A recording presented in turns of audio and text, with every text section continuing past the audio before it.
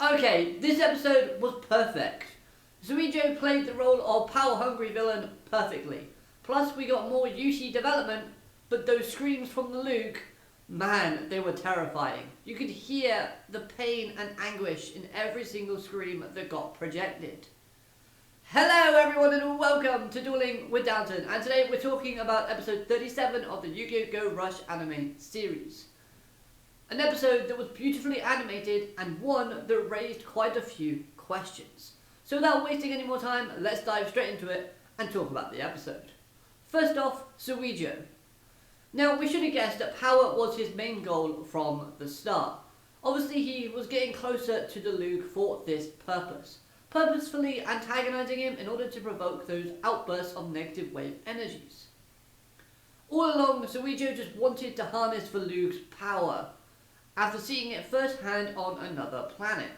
Because, of course he would have. So, his plan was to gain favour with the Luke by constantly sending him packs of Rush Duel cards, which helped us as the audience better understand how the Luke has obtained all of these sort of unique and powerful cards that he's currently using. Now, while on this topic of cards, I thought Yuhi did flip-flop a little bit with his argument, where he was kind of calling Yugioh out for using Star's fusion card. Because after learning about how Yugioh is using cards that Yugioh gave him, he just went, yeah, fine, whatever.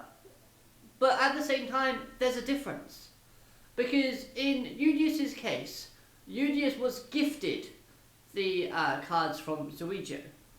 So it's kind of, consensual that Yugioh can use those cards, whereas with the situation Yugioh is in where he stole the fusion card from Star never gave Yugioh permission to actually use fusions or any of her cards.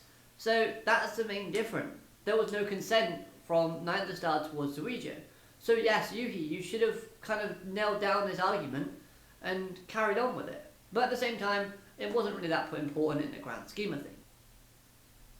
Plus, I love the character of Yugioh, but his plan is not logical in the slightest. He wants the Luke's power and states he doesn't care what happens to the universe. But here's the thing, you lovable idiot. You live in that universe. So unless you plan to universe hop to somewhere else, which is slightly possible because, we know someone who's done that. If you use his power to wipe all things positive out, then you're most likely going to lose Volgear, battling with weapons and powers, because I know you like that, and you're going to lose your bakery. Plus lots of other different things. Especially if you're talking about food, which is vital for your survival, and of course, people that are near and dear to you might also vanish, because the negative waves will see them as a positive. And after a while, that positive energy that those people hold towards you will just vanish. So why am I bringing this up? Well, previously we saw that Yuga visited the Void Bakery. So I'm holding out that tiny bit of hope that Yugioh's actions are all part of his original plan, but also an extension of another plan that Yuga has kind of proposed when visiting the bakery. Hopefully I'm right on that one, but if Yugioh is just doing this on his own, things could get a little bit dicey for him, I can imagine.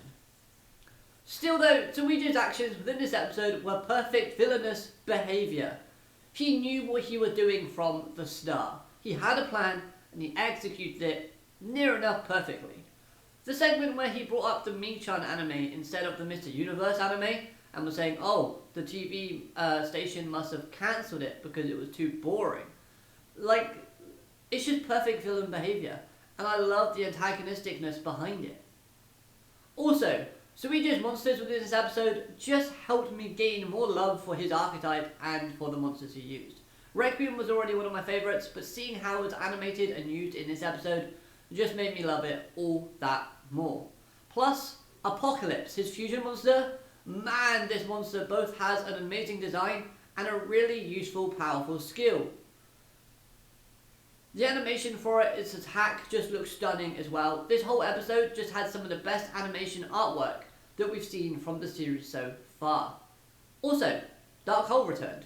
Always useful. Now, as for Yuki in this episode, it did wonders for making him look like a better duelist. This guy had a 50-50 chance of actually beating Yugioh within this duel. Had he destroyed that trap card instead of Dark Hole with the Joint Tech Rex's ability, then he would have beaten Yugioh in that turn. And let's be honest, even though he did lose to Yugioh, it doesn't kind of discredit Yushi's dueling ability. He lost to a overpowered, broken fusion monster. And to add to it, a lot of strong duelists within this episode were complimenting Yuhi's playstyle and his improvement. You had duelists like Yugioh, Manya, the Luke even stated that he was getting impressed, and so did Yugioh. So honestly, Yuhi from a dueling standpoint, I think it developed quite well, and this was the first time I was actually enjoying a Yuhi duel from start to finish. I'm still not a massive fan of his deck, however, but Joint Tech Hero was pretty cool to see, even if at first I did call it a budget knockoff version of Magnum Overload. Still though, I like to see it again. So, I've said it before, but one of the best things from this episode was of course the animation and the sound effects. Especially when hearing the Luke's cries, those screams just rang in your ears, and you could definitely hear and feel the pain and sadness in his voice.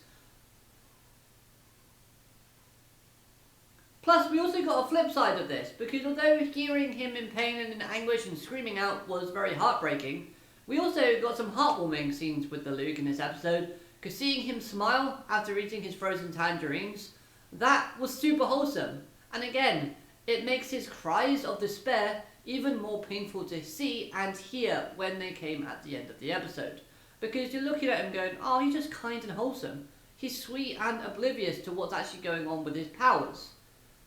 And then Yugioh's here just kind of bullying him and making him cry. Like, come on, Varligate aliens, what are you doing?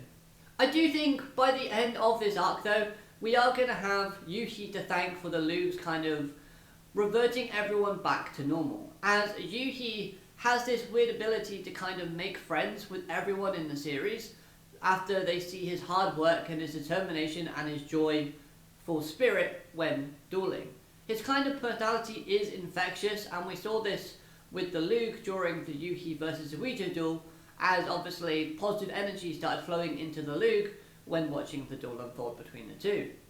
I was super happy to learn that Manya got frozen without losing a duel, because I already knew that she was going to get frozen at some point because I saw spoilers of this.